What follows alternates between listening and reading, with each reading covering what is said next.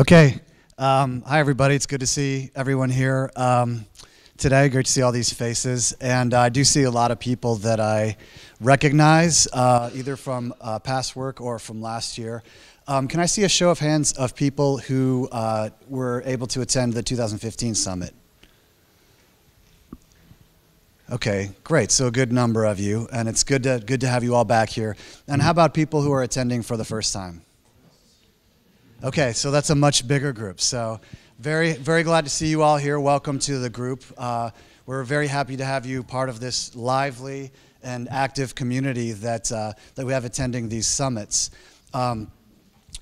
So as those of you who were here last year know, we had a wide variety of speakers talking about a wide variety of different ideas. And as you all know by now too, this year's theme is really putting some of those ideas into practice. Now, in order for us to do that, of course, we need to kind of remember what those ideas were, right? I mean, how can we apply them if we don't remember what they were? And it was a year ago. Raise your hand for those of you who were here last year. Raise your hand if you can remember everything that we covered last year. Okay, so I'm glad that gives me a lot of comfort that I'm not the only one that's forgotten a lot of things. So it's not just me that's sort of getting old or what have you. But I can tell you that one thing that I do remember from last year, and I also know just from years of working in this area, is that our brains essentially have a limited capacity to deal with information at any particular amount of information at any one time. And so, you know, essentially, when we actually remember something and we kind of bring it into our brain in a way, it actually begins to atrophy almost right away, particularly if we don't use it. So what I wanted to do today was to just recap some of the key points and lessons that were discussed by our speakers last year, with the hope that there might be a few things in there that could be useful for you in the work that you all do in the next couple of days, and then maybe ongoing as well. I, of course, am not going to cover everything. We don't have time for that. I'm going to try to limit this to maybe 30 minutes and go through this in a relatively succinct way. But I'm just going to try to pull out some of the key points. Okay?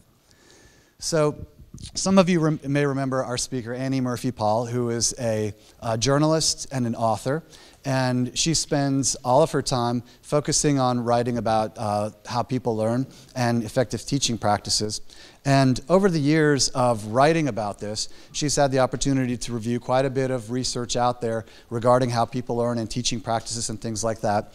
And in reviewing that research, she found 5 basic factors that affect learning that continue to kind of surface in the research that she would review and write about. So I've got these summarized right here, and going through them fairly quickly. Essentially, prior knowledge is a big factor. Prior knowledge actually is something that can be an aid in learning. So prior knowledge can be used if it's associated with new knowledge. It actually can be used as a factor that can actually aid in learning, but it also can inhibit learning when people come to a learning situation with misconceptions and things like that. And one of our other speakers talked a bit about that, the role of misconceptions, Jose, who we talk about in a minute. Another big factor is motivation. It's a lot easier to teach and to get learning gains if you've got a motivated learning population. And it's a lot harder, and sometimes actually even impossible, if you've got learners that are simply unmotivated to learn and to perform at a high level.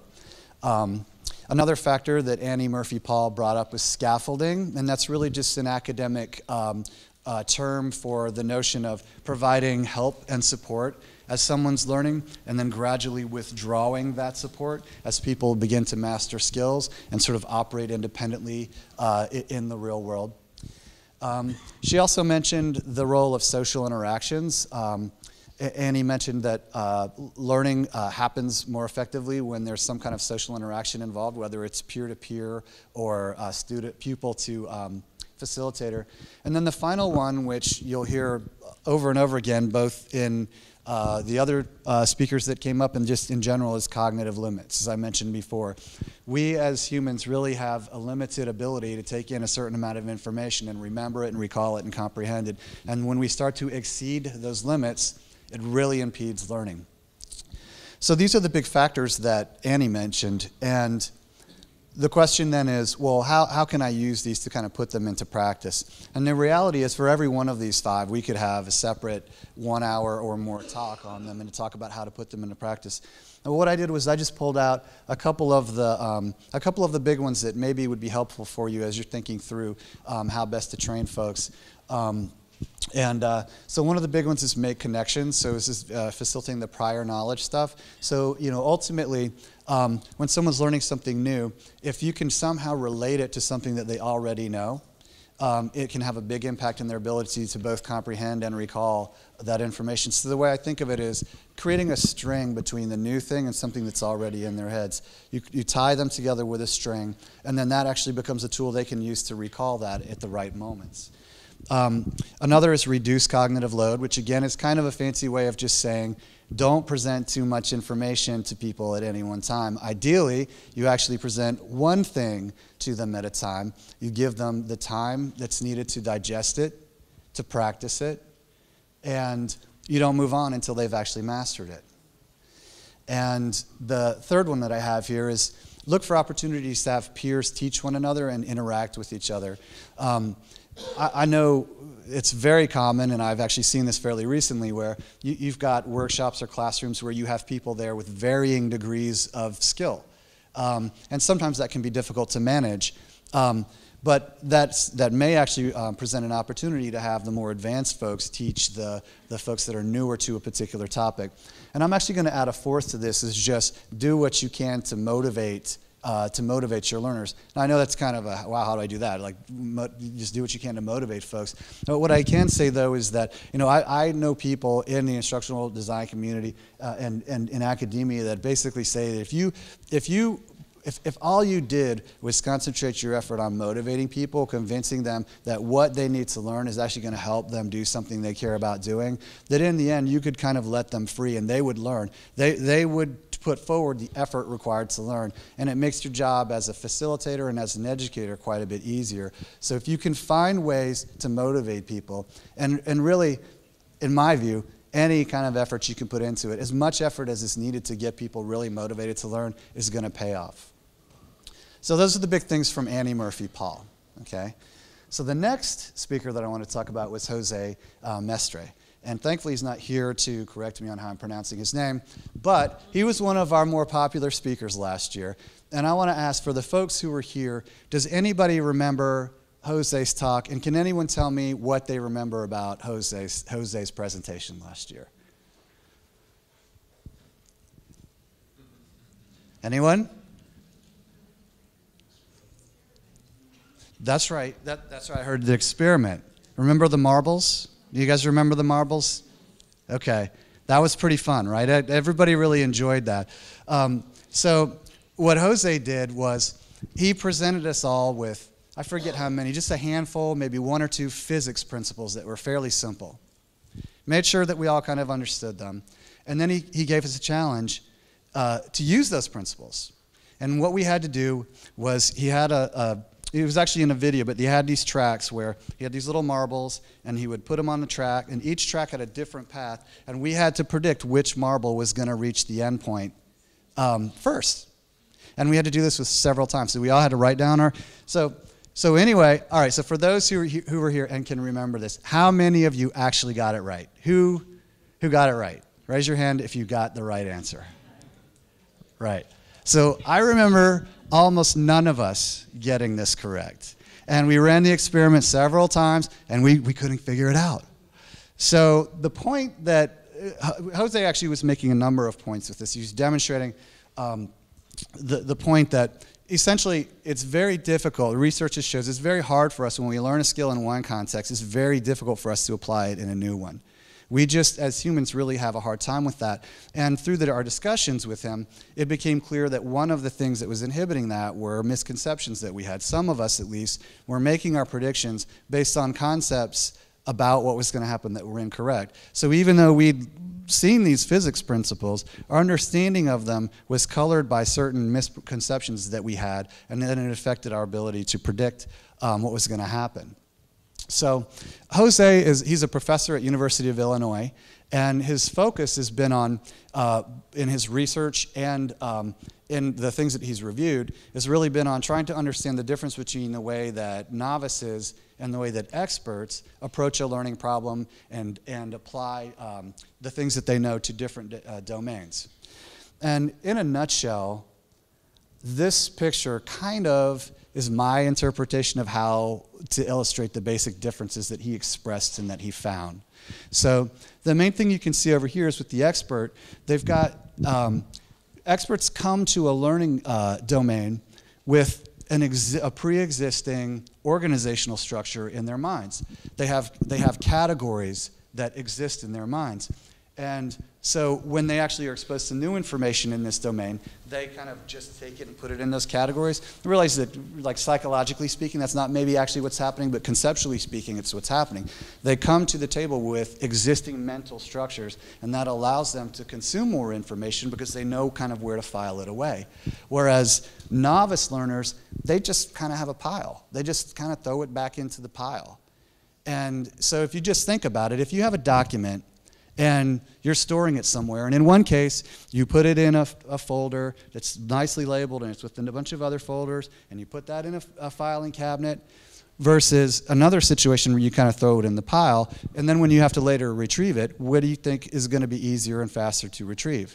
In many cases, if the pile's big enough, you're just not even you're not going to find it at all. Whereas if you have a nice organizing system, you can kind of pull it out. So that's the basic idea here. The other element to this that Jose brought up was that sometimes actually novices do bring an existing schema or structure to it, but it's just the wrong one. And so they take the information and they sort of put it in the wrong file, and so, that's where these misconceptions come in, and they kind of prevent you from predicting whether the marble's going to, which marble's going to make it to the end point. So again, what does this mean for us? I'm going to put three things that most of the time you're going to see in groups of three when I try to summarize these. But how do you put it into action? Number one, when you are designing instruction and presenting instruction, you want to make sure that you organize knowledge in a hierarchical fashion that's very logical and easy for everybody to understand. Number two, you want to make sure that your learners understand that structure before they get going. So you want to help them early on try to form the right mental model or the right organizing structure in their own minds. Then they can use that in the same way that experts do. They can essentially, when they're exposed to new things, they can pull it out and put them in the right categories.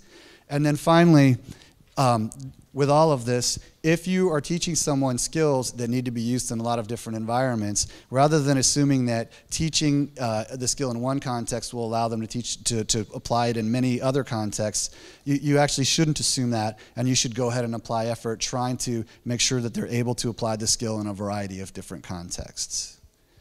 So that's a summary of, my summary at least, of Jose's talk for us.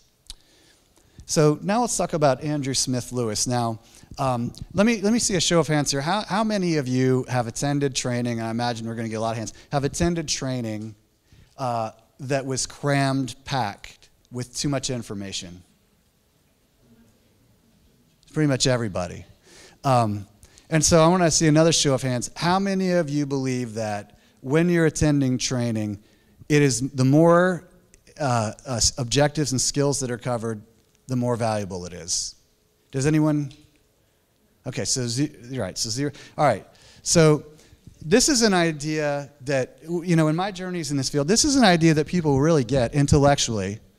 They really get this, and they've all experienced it. Everybody's had someone throw a bunch of information at them and have it be, it's really difficult to remember. So people get this intellectually, and yet this is the most common thing that I see happening out there. You just get into training and people just start throwing tons of stuff at you, or they throw tons of stuff up on the slide, and it's just too much to handle.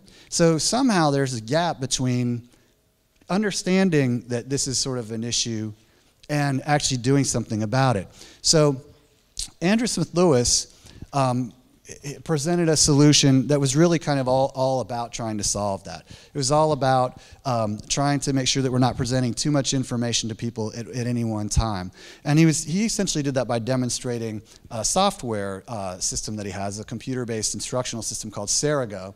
And what Cerigo does is it essentially allows people via a computer, via some kind of a device, to take little tiny micro lessons. So I'm talking about a minute, a couple of minutes or something like that. They can take them. They might take a micro lesson on a Monday. Maybe on a Tuesday they get another one. Maybe the next Friday they take a little micro assessment, and they continue to get these little small chunks of information and assessments stretched out over a period of time. And the system, the Cerigo system itself then kind of determines whether or not you're ready to move on to a new topic or whether you really need to continue learning about another. And when you're ready to move on, it lets you move on. So with the learner dictating the pace, learning something could take place over the span of a day, a week, several months, what have you. It really depends on what you're learning. So when Andrew talked to us, he was really demonstrating how this works in his software system. But really, these are ideas that are applicable outside of the software system. They really are. In fact, a lot of these things I heard in the panel, we heard sort of people talking about them, various iterations of these things. But the basic idea is sometimes referred to as spaced instruction.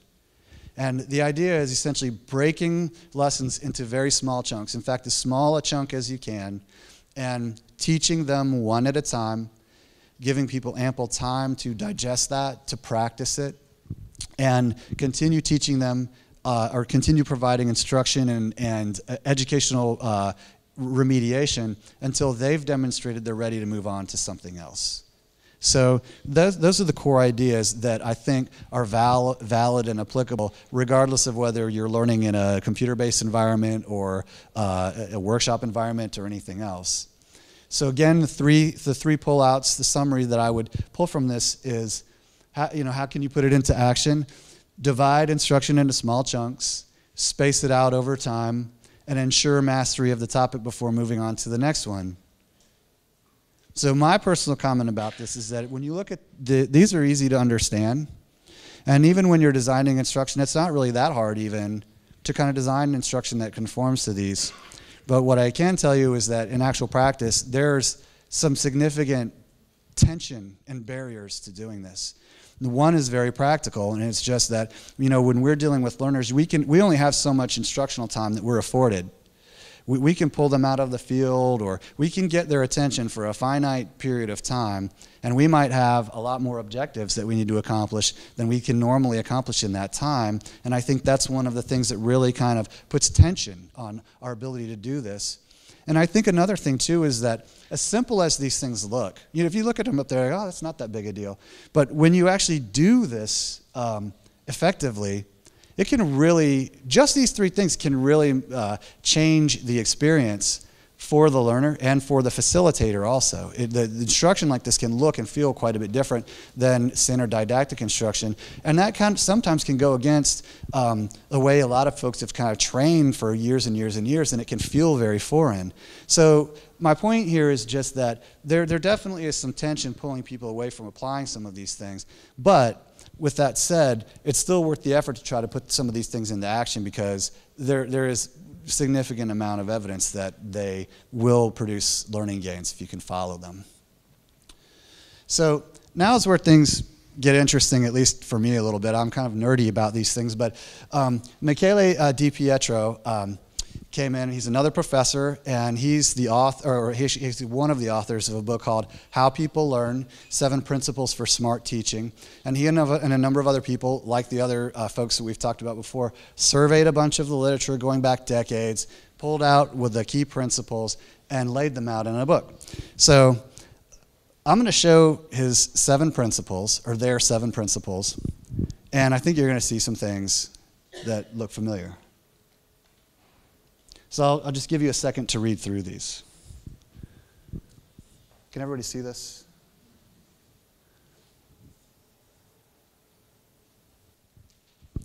Okay, so does anyone recognize anything up here? Does this look familiar?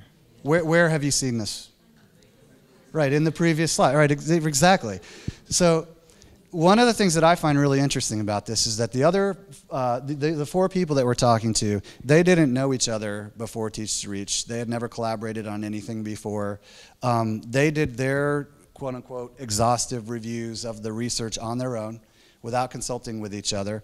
I have no doubt that there's a significant overlap in the research that they looked at, but I also assume that there probably is a lot that wasn't overlapping. They probably all looked at a subset of the literature that none of the others did as well, and yet somehow they kind of landed in the same spot.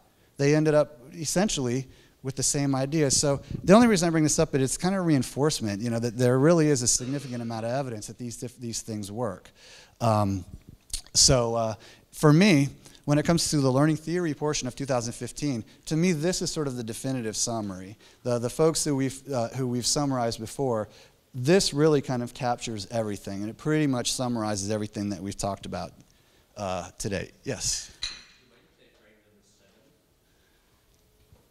Help students monitor and adjust their approach. What Michele is talking about there, I believe, is essentially helping people become aware of their own learning and the way that they are approaching trying to learn things. So it's almost like a self-reflection, being sort of, or a meta view of how they're working. So it's like self-feedback. So, you know, ultimately, in an instructional environment, the feedback is largely going to be coming from some kind of an expert or peers or what have you. But I think that what number 7 is saying is that if we can instill in the learner populations the ability to kind of become aware of how they're learning themselves, that they can kind of carry forward the learning skills moving forward. Okay, so in a way, that kind of summarizes the learning theory portion that we covered in 2015. Now, there were a number of other presentations that were not focused on theory that were also presented there as well. And they may have some lessons or key ideas that could be helpful for you all in your work in the next couple of days as well, so I thought we'd summarize just a few of them. And the first one I was going to start with Mark Rosenberg, who talked with us about building a learning culture. And with Mark's talk, the overarching singular idea that I want to emphasize is just this idea that learning can happen anywhere, not just in the classroom. So it can happen, you know, almost anywhere if you have a culture that encourages and supports it. So learning is something that can help people improve their performance, and that is something that can help organizations improve their performance. But in order for this to happen, you need to have an organization that supports it. And when you don't, investments in learning in training are essentially diminished or sometimes eliminated. If someone might go to a training workshop, it might be great, it might be perfect. They learn everything that they need to learn. They really, and they're gung-ho, they're motivated and they're excited, and then they get back to work and they want to do these new things, and their supervisors or their peers or others discourage them from doing it, well then they're not going to apply these new skills. They're just not. And the fact of the matter is that in this world, there are a lot of things, a lot of psychological and physical and infrastructural and organizational barriers to doing new stuff at work. So in the end, we can talk about training, but when we train people or we have some kind of effective training intervention, if they go back to work in an organizational context that doesn't support it, then what good have we really done? So for me, this has a number of really important implications. So one of them is it encourages us to stop thinking in terms of training. Gotta do the quotes there, training, and start thinking more in terms of performance. When we think training automatically, and we use that word, it really kind of causes us subconsciously to just jump right to a solution. And that the solution may or may not be the best thing. Is it possible that coaching is something that could help? Is it possible that job aids is something that could help? Some kind of structured reflection. There are any number of things that might help in trying to achieve a particular performance. Ultimately, what we're doing as educators is trying to engineer performance. So if we think about it in terms of performance and instead of just training, then I think it opens up the possibilities to us. And I think the other major implication here is that learning And performance is something that happens in an organizational context. The organization has the capability of squashing or enabling learning. So anything that we can do to really consider that when we're trying to achieve some kind of performance change, provided that it's effective, is really important. And so it's something that we really need to think through. So the thing I would say in terms of applying the key lessons in Mark's presentation are, when you're designing a learning program, you want to thoroughly try to answer at least these 3 questions. The first one is, what performance am I trying to engineer? Set aside learning objectives and any of this kind of stuff. What is it that we need to see people doing in the workplace? The more crystal clear you can be on that, the better off you're going to be. This can inform most of the important decisions that you'd make afterward. The next question is training the best or the only solution? Are there other things in the work environment that can be leveraged to help someone achieve this performance? Again, don't talk about learning to talk about training. What things already exist that could either impede or enable someone to do the things we're looking for them to do? And then the final one is, what should I do to ensure the organization supports the learning that I'm trying to achieve? Are there pockets of resistance or barriers that we can anticipate that may exist that we should try to work around ahead of time?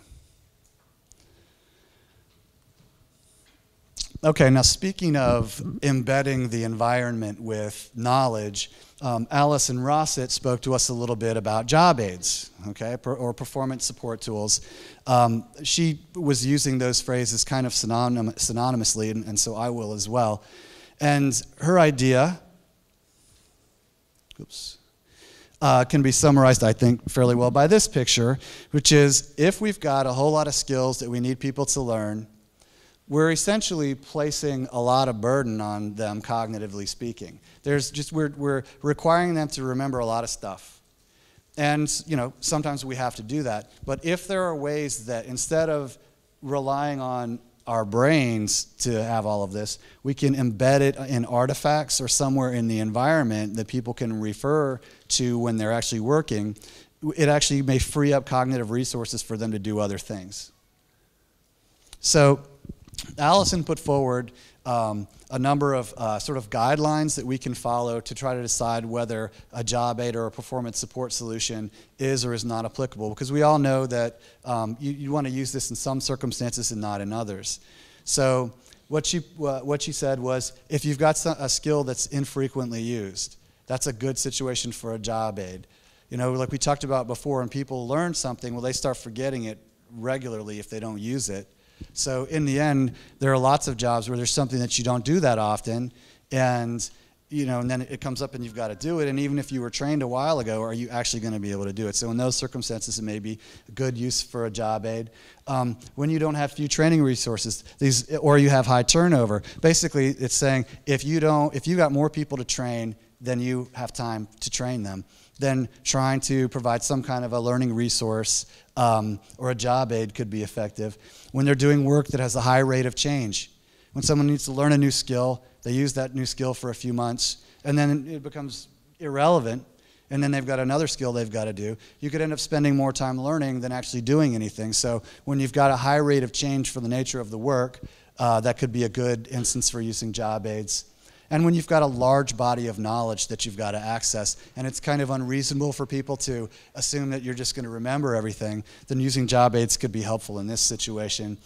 When they're not necessarily, when is the wrong time to use them, for example, is when it could cause credibility issues. So if I'm a doctor and I'm talking to a patient and I learn about their case and everything, and if I take a book out and kind of flip through it and say, oh, you have the flu, I don't think that's going to go over too well. So, there are some circumstances where you can't use a performance support tool like that.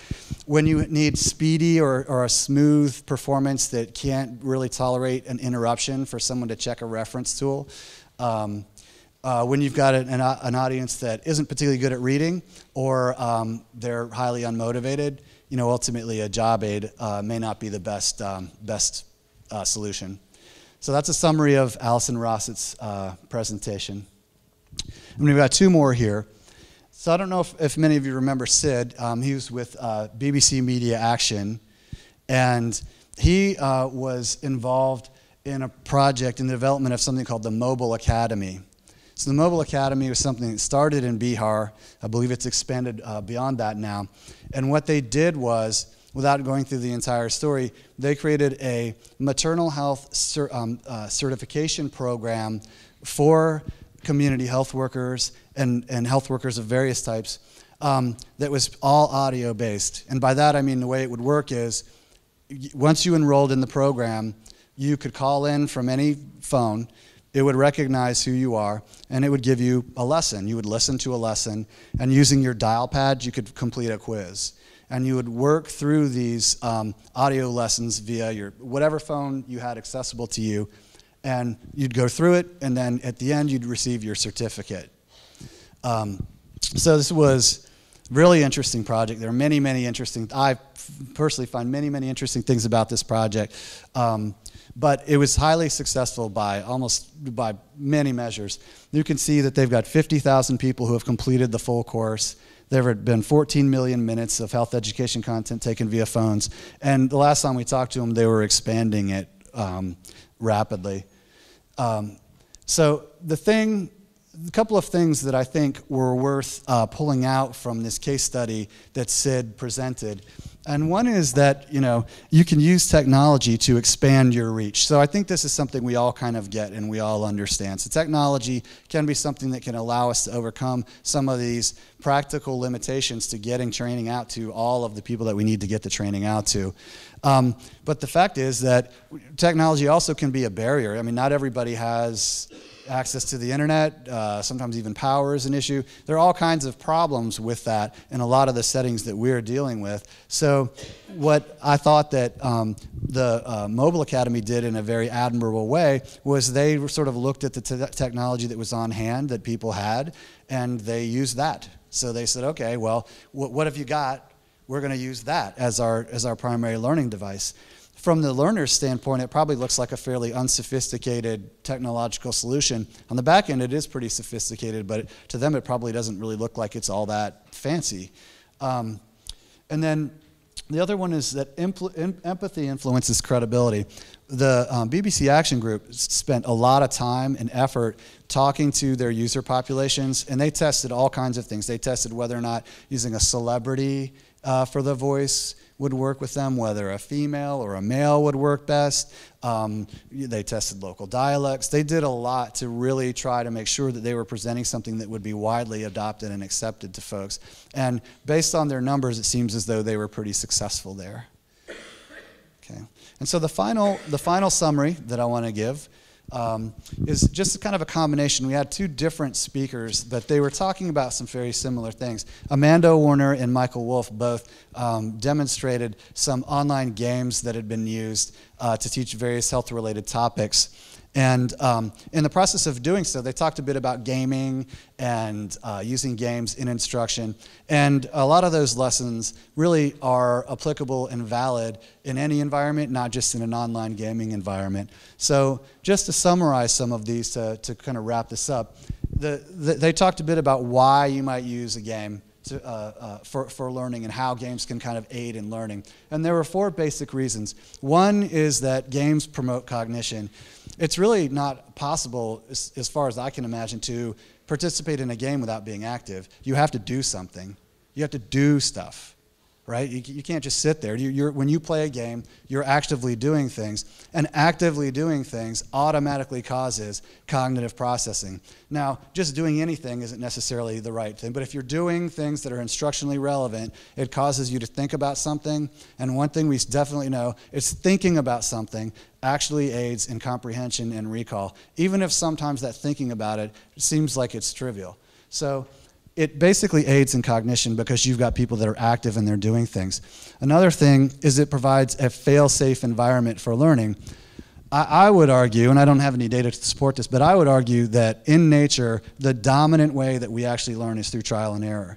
We go out and we do something and oh, that didn't work. And then we try something else. Now that didn't work either. And we keep doing it until we get a result that we want. And then when that happens, we kind of make a mental note and say, oh, okay, if I want to get this result, I need to do X, Y, and Z.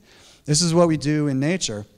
And this is something that games allow you to do in a very sort of high intensity way without any consequences. When we're at work, failing a whole lot probably is not really the best option for all of us. But when you're playing a game, that in fact, most of the time, the real point is to get you to fail a bit until you can kind of pick up the point. So games provide a fail-safe environment in which we can practice skills and fail. In some cases, it can help change our viewpoint. So in many types of games, you're playing the role of somebody, and in doing so, and you're solving a challenge or somehow kind of putting yourself in their shoes. And in doing so, it can help to establish a sense of empathy and a sense of what it is like to be in their world. So when that's an important learning outcome that you're going for, it can really aid in that way.